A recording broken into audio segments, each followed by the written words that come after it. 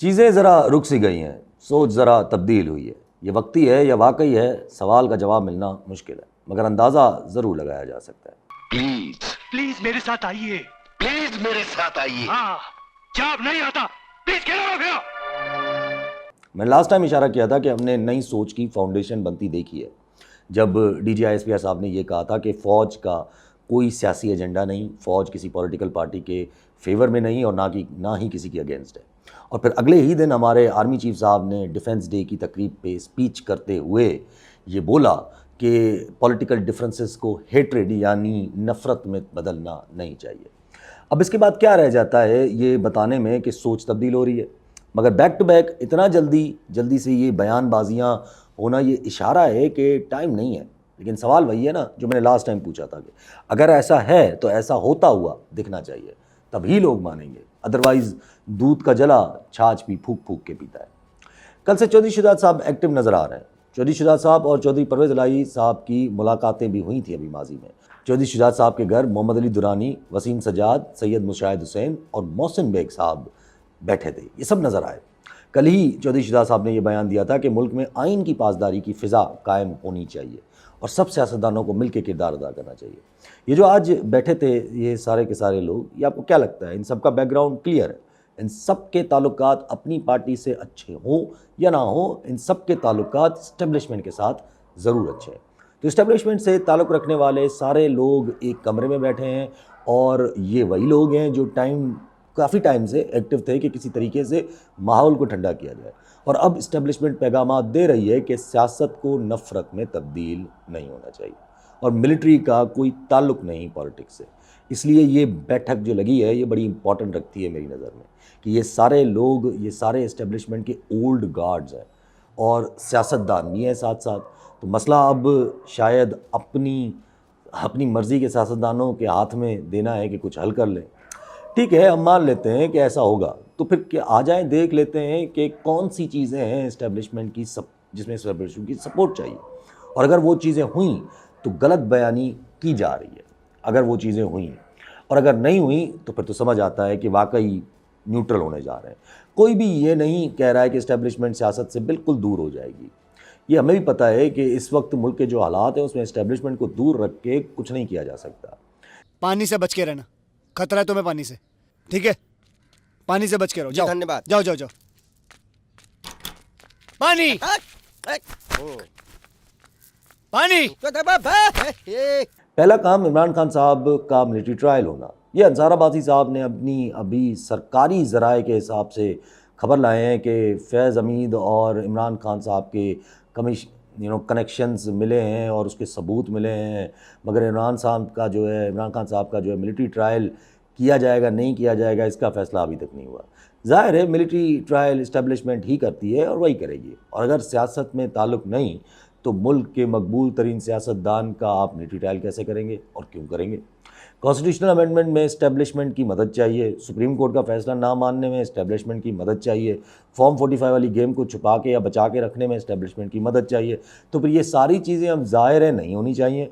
Court से वैसे अभी तक डर है, लेकिन वो हुकूमत को नहीं है, वो इस्टेब्लिशमेंट को है, क्योंकि गवर्नमेंट को भी ये बात पता है कि जुडिशरी का रवैया सारी पॉलिटिकल पार्टीज़ को फेवर देगा, ना कि सिर्फ एक को, और अगर नुकसान है तो वो इस्टेब्लिशमेंट को है।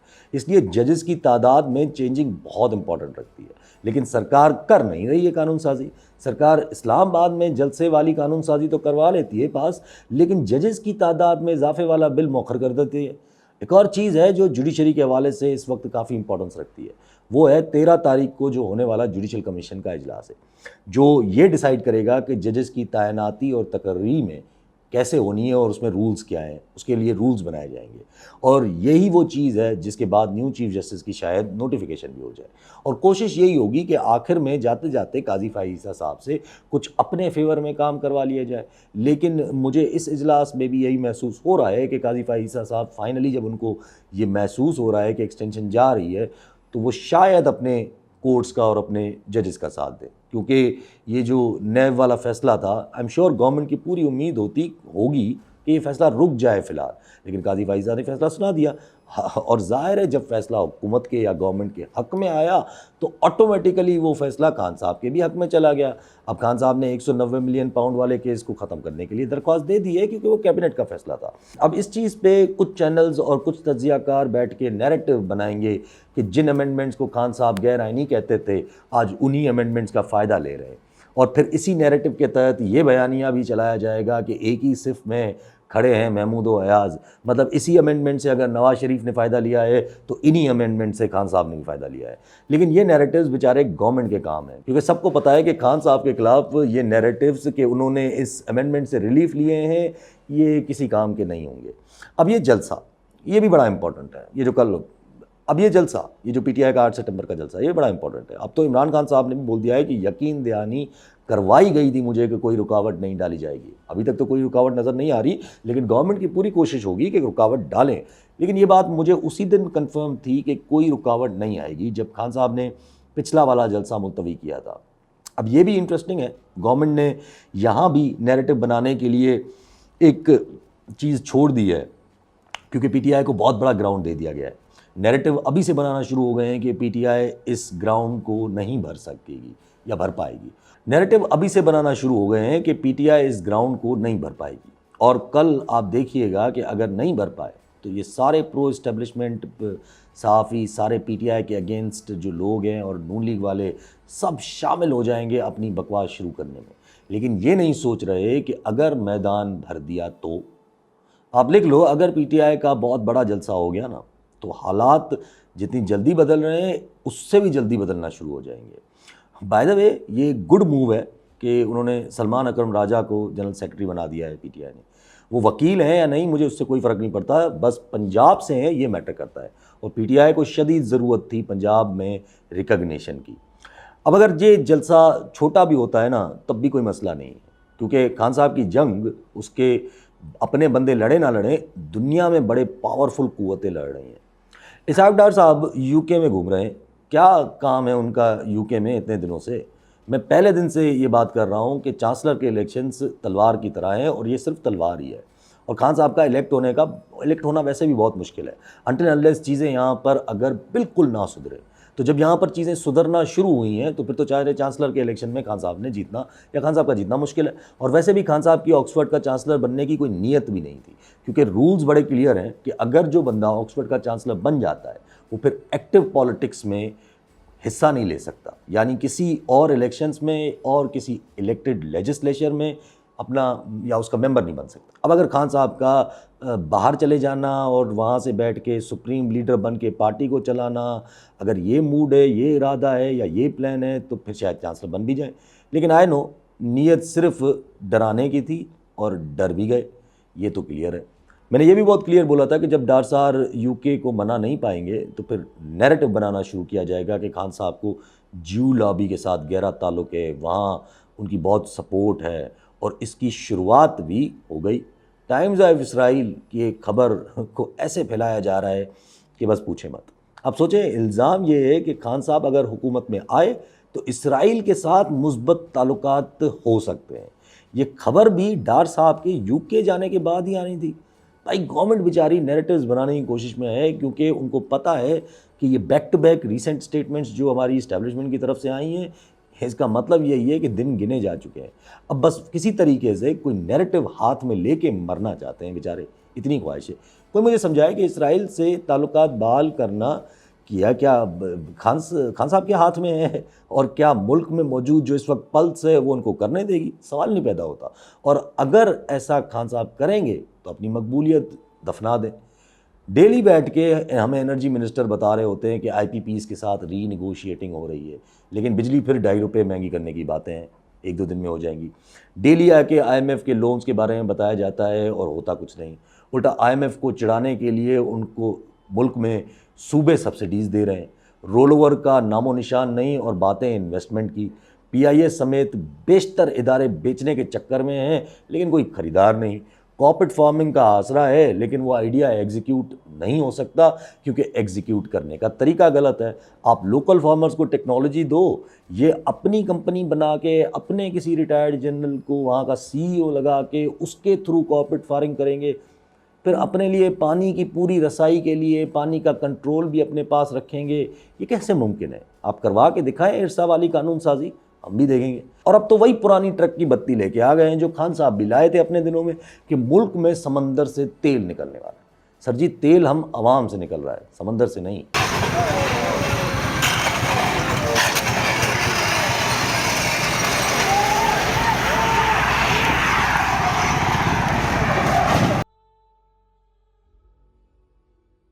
मजाक कर रहे हैं यार आप हम आवाम के साथ। बट आई एम श्योर कोई आके अभी मुझे कहेगा कि तेल बहुत है पाकिस्तान में, लेकिन एक लॉबी है दुनिया में जो तेल नहीं निकलने देती। कौन सी लॉबी?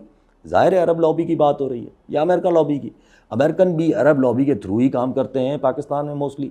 और अगर कोई मुझे कहे कि नहीं इस बार तेल निकल आएगा और मुल्क के लिए जैकपॉट लग जाएगा, तो भाईजान आप क्या ऐसी डील करने जा रहे हो कि इस बार वो लॉबी आपके साथ या आपको जैकपॉट में हाथ डालने दे रही है? जब इंटरनेशनल डील्स की बात आती है तो ज़ाहिर है सर फहरिस्त इस वक्त बलूचिस्तान हो जाता है, और बलूचिस्तान में जो हो रहा है वो भी बड़ा इंटरेस्टिंग है। अख्तर मेंगल साहब ने रेजिग्नेशन तो दे दी, लेकिन दुबई चले गए, और दुबई में जाके क्या करेंगे, किससे मीटिंग्स करेंगे, ये नहीं पता। लेकिन इतना पता है कि दुबई का कनेक्शन अमेरिका से ज़्यादा है और दुबई इसराइल को भी तस्लीम करता है या कर चुका है।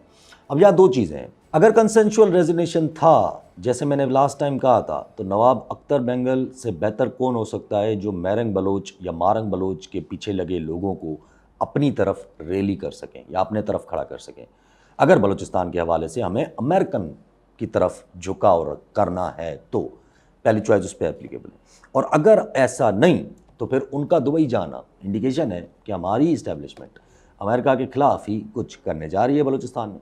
मिसाल, अगर बलूचिस्तान में ईरान को रूट दिया और किसी और की जंग में फिर इन्वॉल्व हुए, तो कोई ना कोई तो हो ना जो बलूचिस्तान में इस चीज़ को रोकने के लिए आवाज़ बने। So who better than Akhtar जान बेंगल। लेकिन दोनों में से कौन सी चॉइस का इंतखाब होगा ये अभी कबल अज़ वक्त है कहना, या फिर मूड अभी भी वही है कि हम किसी के भी इस्तेमाल नहीं होंगे। तो उसके लिए क्या अपने मुल्क में इतना दम है कि फर्मली स्टैंड ले सके? मगर आई थिंक इंसेंटिव दोनों तरफ से आ चुका है। मिसाल, अगर ईरान के लिए रूट बने तो हथियार भी आएगा और हथियार फराम करने के लिए पैसे भी, और ईरान गैस पाइपलाइन भी मुमकिन हो सकता है। अब तो टर्की ने भी इस्लामिक अलायंस का बोला है इसराइल के ख़िलाफ़, क्योंकि अगर हथियार ईरान के लिए रशिया और चाइना से आएगा तो डेफिनेटली टर्की से भी आएगा। अच्छा, दूसरा इंसेंटिव है कि America through Saudi Arabia investment करेगा। फिर वही ऑप्शंस हैं। अब ये तेल निकलने वाली बात ये भी ज़ाहिर वहीं की है। अमेरिका कितना भी बिजी हो इस वक्त, चाहे कमला जीते या ट्रंप, कोई भी जीते, अगर ईरान को टैकल करने के लिए जगह दी जाती है तो इससे बेहतर उनके लिए और कुछ नहीं है। दोनों सूरतों में बलूचिस्तान की आवाम का क्या फ़ायदा है? कुछ भी नहीं। अगर हम ईरान के लिए फेवरेबल बनते हैं तो फिर इतने सालों बाद किसी और की जंग का या किसी और की जंग में हाथ डालेंगे। अगर अमेरिका के लिए साथ देते हैं, अमेरिका के लिए फेवर होते हैं, तो इतने सालों बाद दोबारा किसी जंग में हाथ डालेंगे। दोनों सूरतों में सेम ही चीज़ है। और अगर कहीं ना जाएं तो मुल्क जिस हालत में है उस हालत में चला नहीं जा सकता, और अगर छोड़ दिया गया तो फिर इतने सालों से जो स्टेटस को है पूरा बिखर जाएगा।